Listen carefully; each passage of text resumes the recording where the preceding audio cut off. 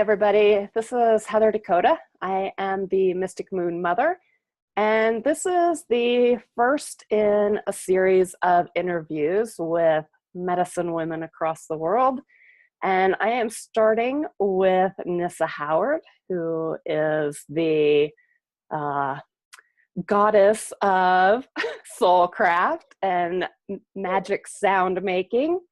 So let me introduce you to Nissa, and go ahead, Nissa, tell a little bit about yourself. So many of you know me in many different ways, but I think ultimately when it comes down to it, and like I've just finally crafted on the website, is I'm a soul crafter, a sacred individualist, and an inner alchemist. And within that, there's so many things. It's really difficult to, it's just so hard to label when you're reaching towards wholeness. You know, I said a long, long time ago, who I am is what I do.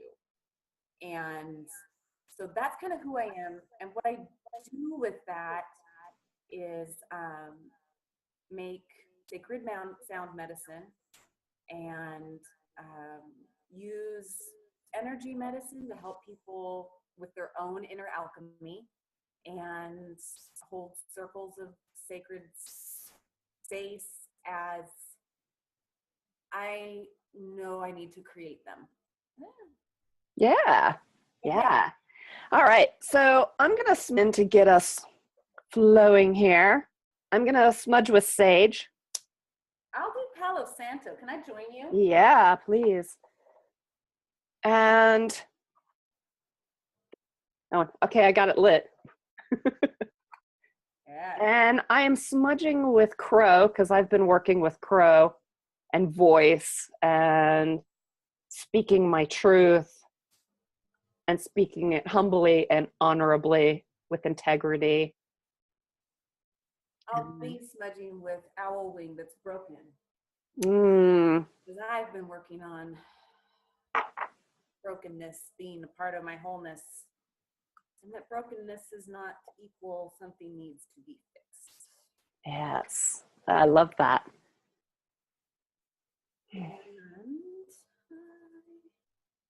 But also, if you don't mind, I'd like to do a little rattle smudge. Yes, please. To offer. Oh. Okay. So close your eyes. Allow your exhale to let you melt into this moment.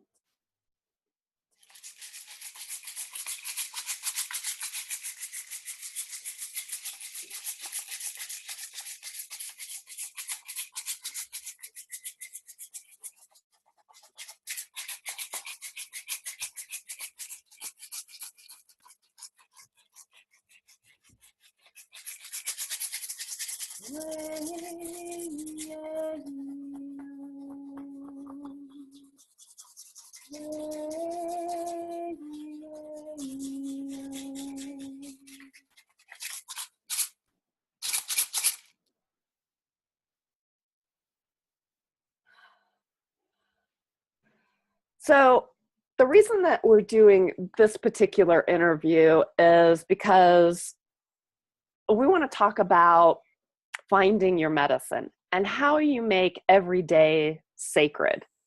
So asking you the question, how do you create sacredness in your everyday?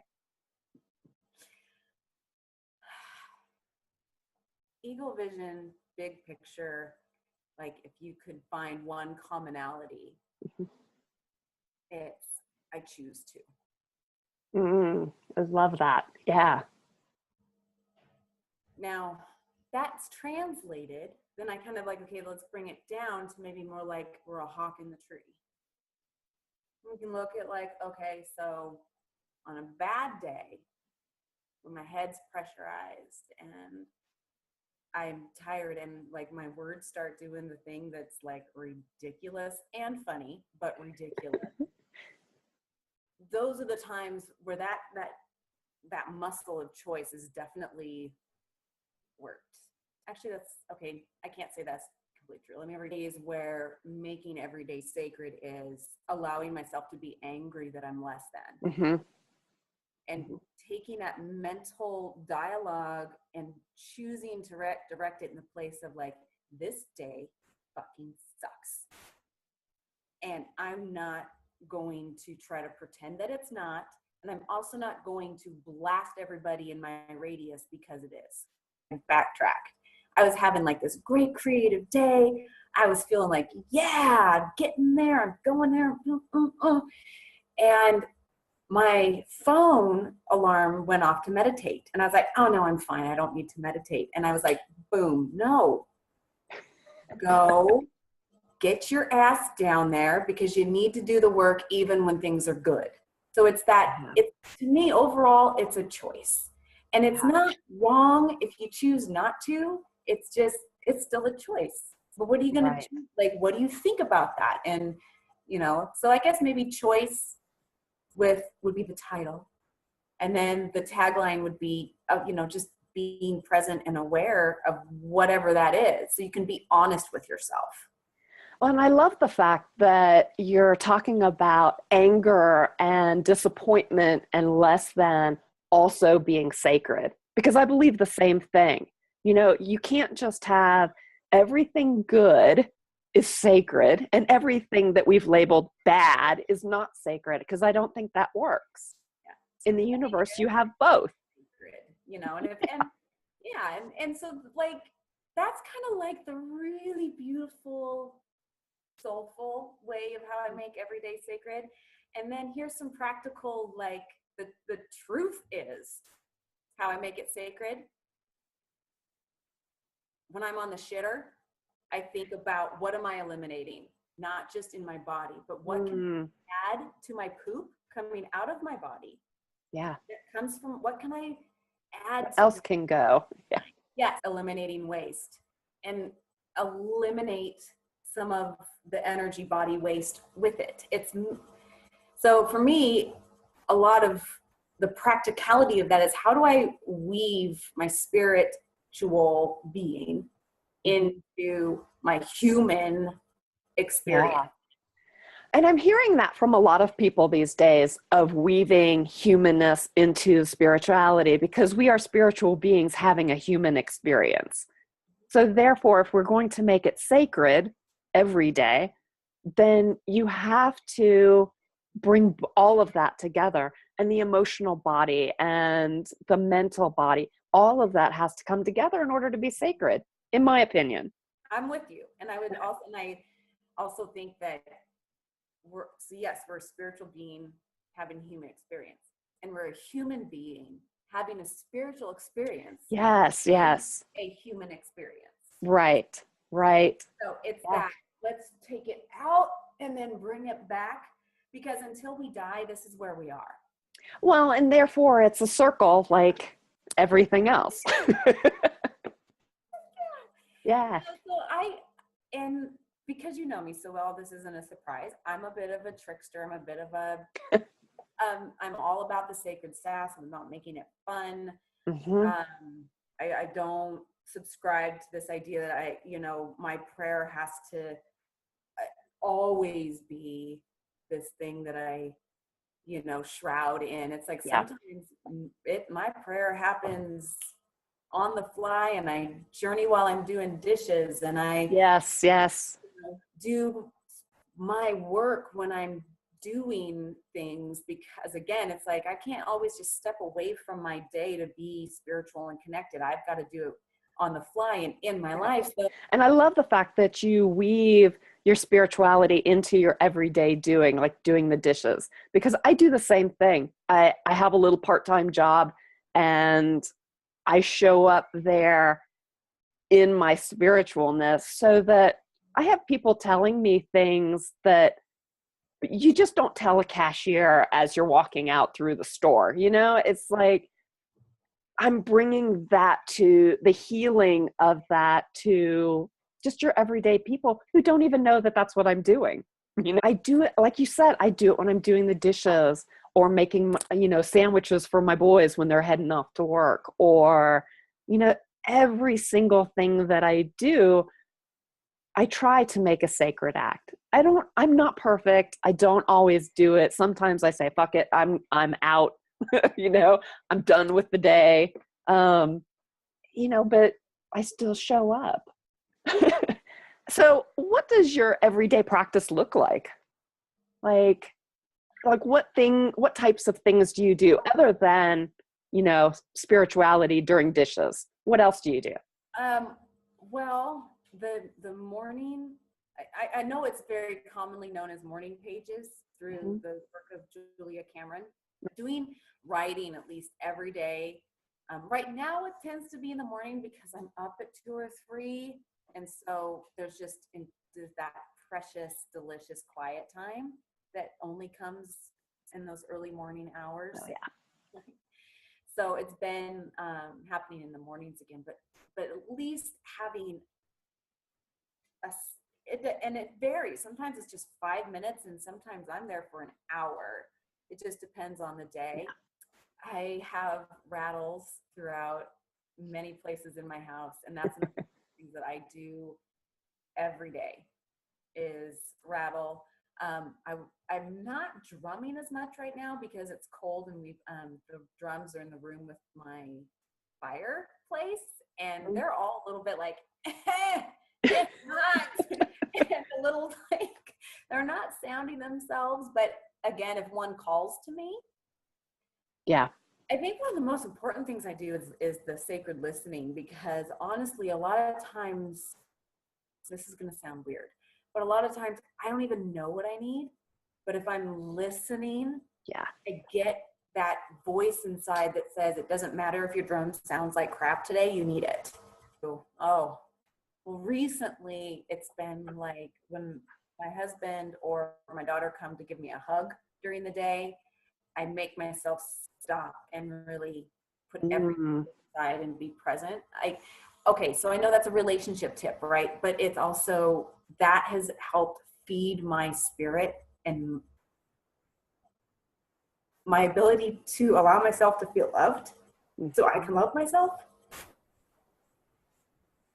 And if that's not a spiritual practice, I don't know what else is. Like, that's just a badass one that I know I'm working on. Yeah. And well, it's so difficult to receive. It's so difficult to receive. So the fact that you're making space for that. Yeah. And choosing it, and choosing it. Yeah. Around me, I have this family that is really sweet, and we all do love each other. We make each other crazy, but we also love each other. And what does my soul have to say about this? What's the medicine here? I'm always looking for medicine in everything, because I believe, again, it's like, it's all there. It's whether or not we're paying attention to it. And that's not something that you can, it's just a choice. It all comes to choice for me. Now that I've been like able to walk a straight line again, doing more nature, being in nature more is huge for me. Yeah. What does that mean to you? What nature? To be able to be out in nature. How does that help you in finding your own personal medicine? When I'm out there with just me and my dog, it's that solitude to where I can really truly shed. And I say this kind of lightly, but it's just the way it feels, is the weight of being responsible for other people. My main role in my life right now is to raise my daughter, who will be 17 next month. So I'm almost done. Yeah, no, you're not. Able to kind of like physically take my ass away from the weight of that responsibility really allows me to look at who I am without those responsibilities. Who is Nissa? Where am I right now? I really struggle with knowing what I need. So that time in nature gives me, it's just the silence that I need. I like being alone. I can relate to that. So to me, it's like, it's just that yeah, and it's a reflection. I see and I hear so much from nature because it's me. So when I can hear that, it's reflected to the parts of me that are like that. And then I can find, again, make my medicine from the voices in the trees and the earth and the critters. And how did you begin finding your medicine? So for anybody who's out there who's kind of new to this, how did it start coming to you? Or did you go out and find it? I don't know. Well, I know we're supposed to keep this short, so kind of always just seeing things that wasn't there, but I was raised in an environment where that really wasn't supported, encouraged, or accepted. So I just kind of abandoned it for self-preservation, as many of us do. Yes. And it really wasn't until, and like I've had moments I look back on, I was like, holy, that's amazing. That spirituality is very much an important piece of religion, but it is not, it's the standalone. It's like religion needs spirituality. Spirituality doesn't need religion. So that gave me the freedom to kind of like, then what is it? Who am I? And it just was lots of searching. I mean, I have done so many different certifications and like interns and trainings and, yoga, shamanism, witchcraft, chakras, Eastern herbs, like you just, all of it to just, I was like, I just need it all. And so I just went exploring in every direction I could. And I think that's how I can stand here now feeling really confident that I can make my medicine, is because I have so many tools, years and years of seeking. And the thing that blows my mind and kind of makes me a little mad, but blows my mind, is I don't need any of it because it all was already here. Wow. It's not, everything that I went out seeking to learn, every time it was like, well, I kind of, all right, like this is familiar. I know this. Like I was journeying before I knew what it was. Yes. I was meditating and being visited by the spirit of the elk, who I am. Yes, this is going to be ironic for some. I hunt them, but I'm also very much in love, and I am an elk woman. And I always was able to see this energy moving and communicate with it. So, I was journeying before I knew that. I was doing soul retrieval before I knew what I was doing. I was doing all of the work before I knew what I was doing.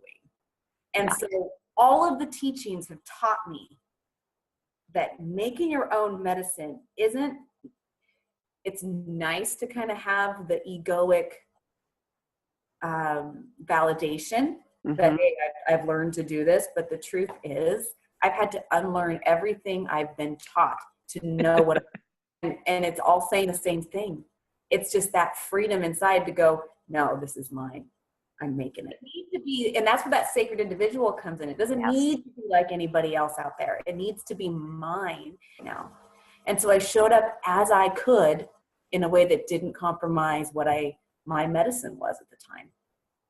And so how would you define your medicine then?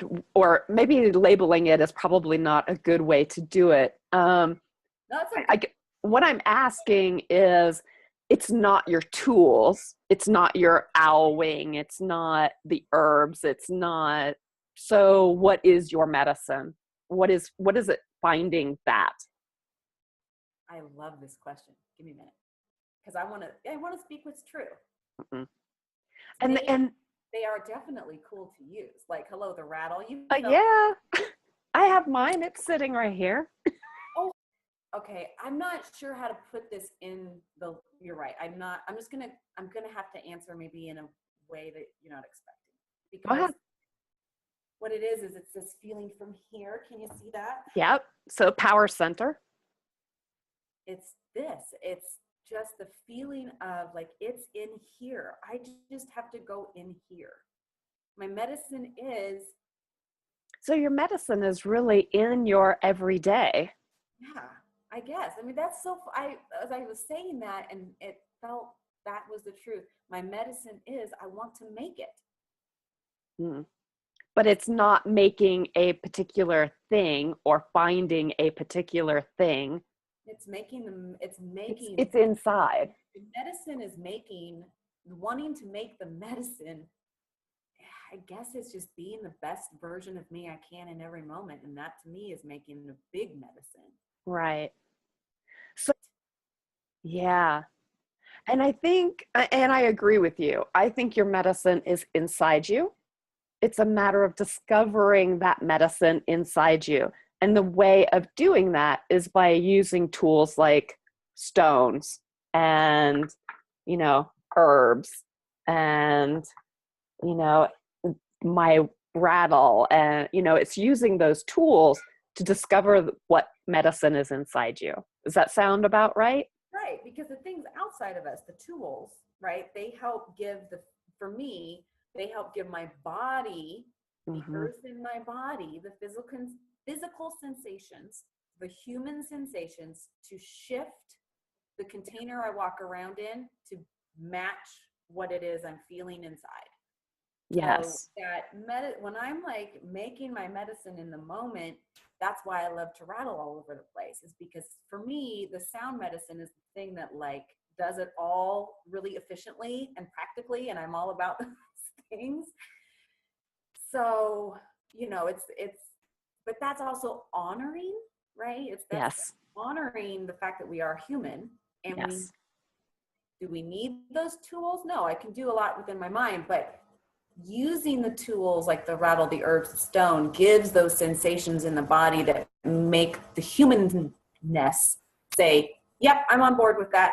We're shifting with what's shifting inside. Yeah. Basically. Yeah. And for me, it's the energy. Okay. Everything in the universe has an energetic vibration.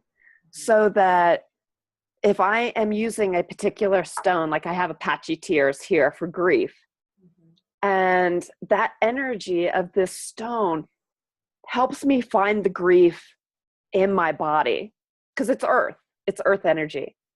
So if I'm also made of earth, then we are vibrating at the same level. And this stone can find that grief and bring it out or eliminate it, as we were talking about earlier, right?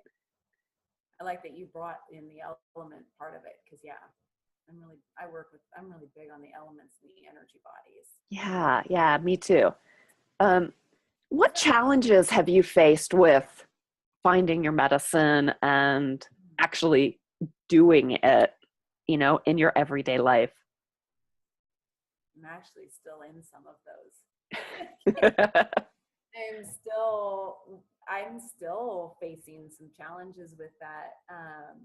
Some of my weaker spots are I loved by a lot of people, and I'm so grateful for that. I'm also extremely insecure. Mm-hmm. So,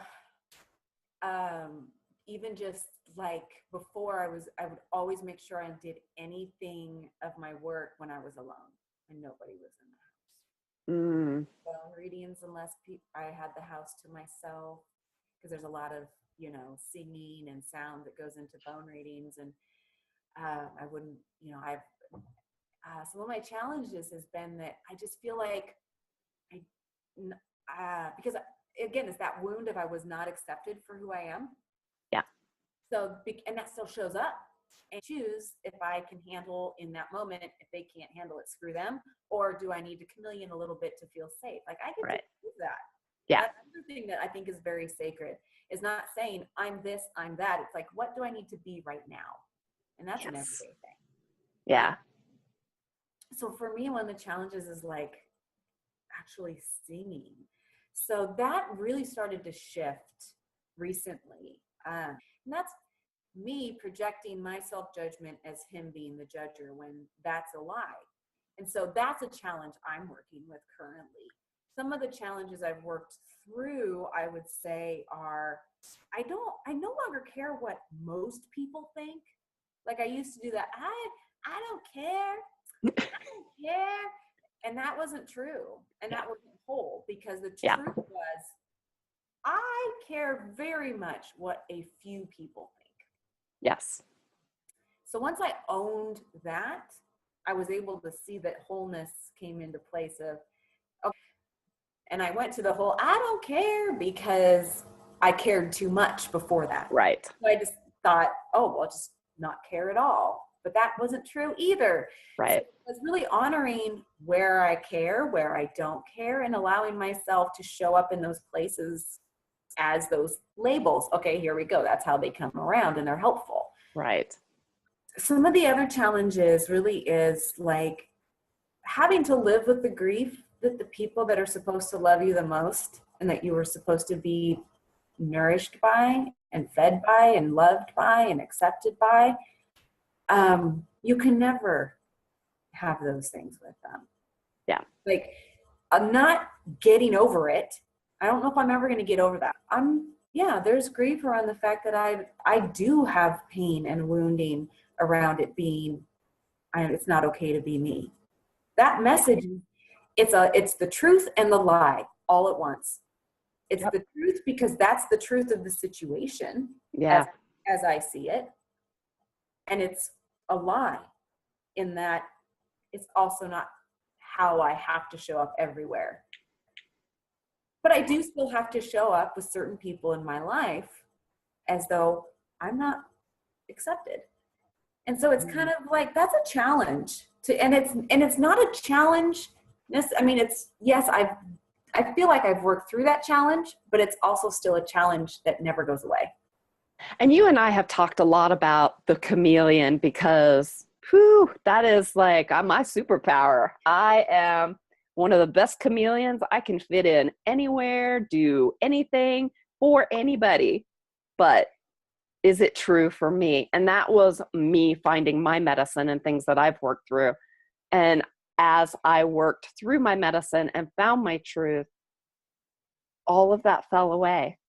All of the lies that I had been telling myself in my head that, I wasn't good enough, that, what I believed and felt in my body wasn't true, and yet it was. And, I had to work through all of that as well.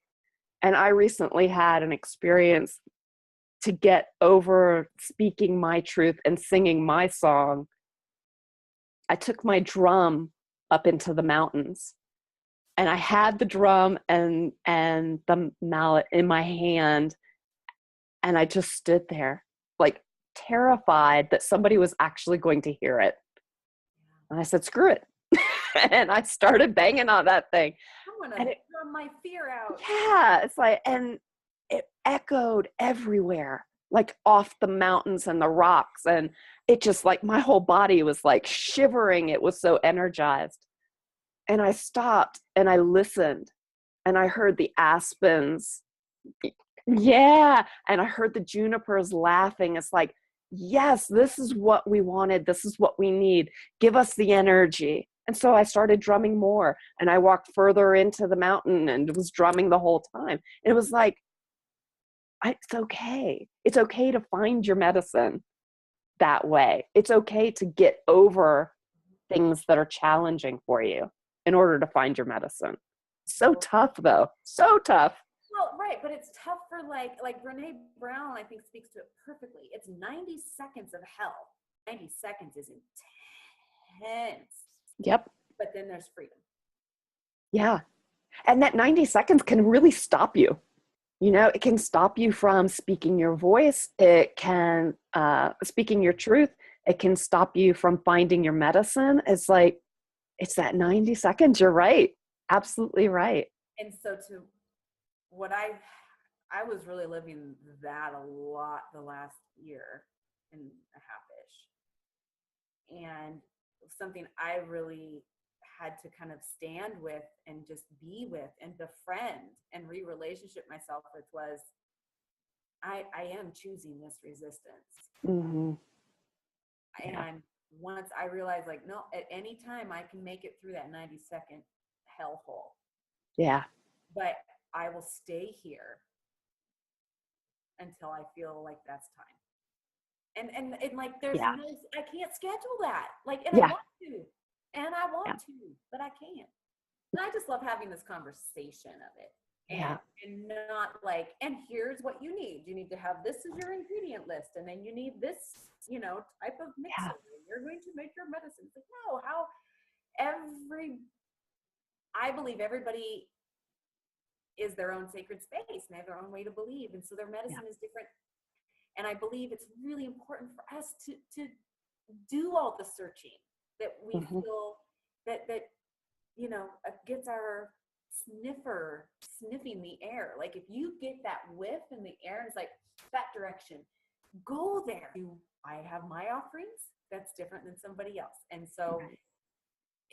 I always kind of have this reminder and check in with myself, like, I'm not going to be everybody's flavor, and that's okay. Yeah. Because Yeah. ultimately, I just want people to go where they feel called. Yes. I And totally agree. And I think that's the same way with the medicine. I can give you suggestions of what stones to use for whatever's coming up for you right now, but you're the one that has to feel the energy of that stone. Is that right for you? Or is the herb right for you? exactly, or the thing you're working on, right? Right. Because sometimes Right. it's kind of more of a topical solution than an internal one. Right. Um, and what I love about being like in sacred or holding sacred circles of women is that everybody does kind of show up with their own flair, and Yeah. how it's so inspiring to see somebody Yes. else in their sacredness and their medicine and their way without feeling like they have to match it, but to be like, ooh, I didn't think of that. And something in that is like, so I feel like nobody can make your medicine for you. Nobody can tell you to do it. Nobody can tell you what it is. However, and we still need each other for inspiration and support Yes. and, love and hand Mm-hmm. holding and cheerleading and sisterhood. So it's not like you're using the medicine Yeah. of both sides. Well, and it was interesting for me because, growing up, women were, no, thank you, not part of that. I'm going to go hang out with the guys because I didn't like that catty, Me you too. know, backstabbing. That was not what I wanted to be a part of. And so learning how to come into sisterhood was my own medicine. It was learning that not everybody is like that. Not every woman is like that. And that I can find sacredness in there. And so, lastly, how do you honor the medicine that's coming up? How do you honor your tools? How do you honor all of that? And I close my eyes. I don't know if you can see that, but I close Mm-hmm. my eyes to hear what's true. There is to be in relationship with it. Yeah. Because yes, then, as a drum and rattle maker, I can tell you that if it looks dry, it might need some oil. And if it, yes, right? And that matters, and that's true. But I think to really answer that question in a way that allows people to maybe find their own Way medicine of honoring. is, well, I know for me, what I have to do is I have to be in relationship to my drum. Yes. I have to be in relationship to my stones on the full moons that I feel called, and make sure I take the time to take them out into the moonlight because they're craving it. Yes.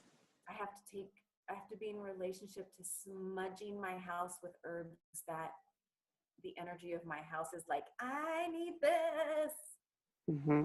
It's being in relationship to it.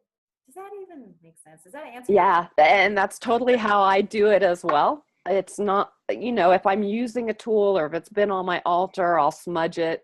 Beyond that, it is my relationship with my tools. And I don't have a lot of tools. Do you? I have a lot of tools that I only use for myself. Oh, okay. All But right. because I do hold circles here, I Yeah. have extras of a lot of things that are more like community Yes. agreed upon tools. Um, but for my own, like when I'm working on Nissa,